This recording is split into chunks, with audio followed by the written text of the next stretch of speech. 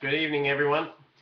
It's evening here. I'm recording this before the morning, maybe as backup, but just to ensure that I have some visual aids to help with my presentation, even though most of it will not be visual. If you are interested in following along, I'm going to be referencing scripture, but predominantly from First Chronicles 10 and First Samuel 31. It's parallel, or vice versa. We'll find out after this presentation. If you're looking in your Endress book, it'll be on page 51, and it should be familiar because we looked at it yesterday. As many of you know, I am looking at Craig Ho's article. His article is titled Conjectures and Refutations.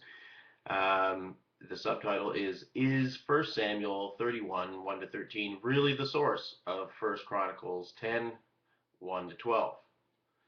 And in short, he says no. Or maybe. Maybe is a better word. So in his preface, in his opening statements and his introduction, he suggests, or he doesn't suggest, but he notes that there has been a shift in biblical scholarship on Chronicles in the last 200 or so years.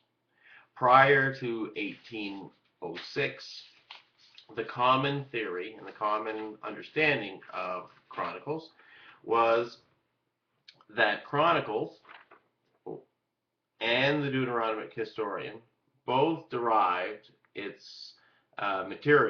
their material, from a common source. Now, in 1806, after hundreds of years of this understanding, a European scholar by the name of Vetti, I think, challenged this understanding and suggested that the chronicler actually derived its source material directly from the Deuteronomic historian. And for the most part, this remains the predominant view. Now, Ho does submit that in more recent years, a new or updated version of this has come to light. And you'll notice that in the top it has a number 1 and the bottom one has a number 2.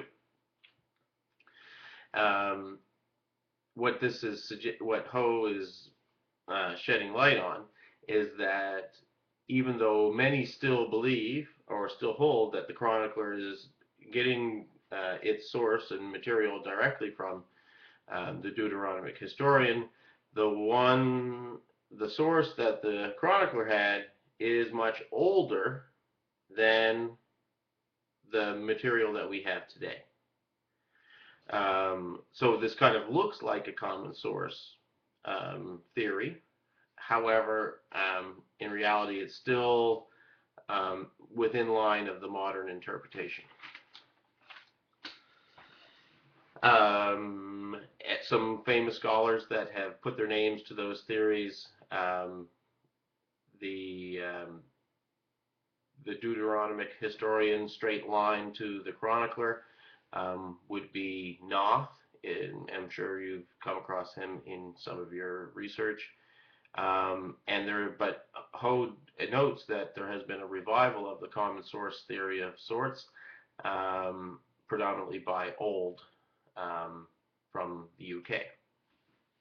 So, going right to the thesis. Ho's thesis is that while he does advocate a common source theory, he says that the primary example of comparing 1 Samuel 31 to 1 Chronicles 10 shows that in reality, the 1 Chronicles 10 version is more consistent, and both internally and externally, um, than the First Samuel version, and therefore he suggests that the First Chronicles 10 version is an earlier version, and therefore uh, suggests a common source theory. Now, he looks at in his article, he goes through 7 verses, starting from verse 6, because this is where he sees most of the variance. So, starting in verse 6 to 13, this is where he focuses his attention. And I'm only going to highlight 3 of those verses for the sake of time, but they're his most important. Verse 6 is where he begins. And here, if you note the difference, if you're looking on page 51 in the parallels, the difference is where the chronicler says um, Saul and all of his house versus the First Samuel version saying Saul and all of his men. And Ho says that there have been 2 standard explanations for this difference.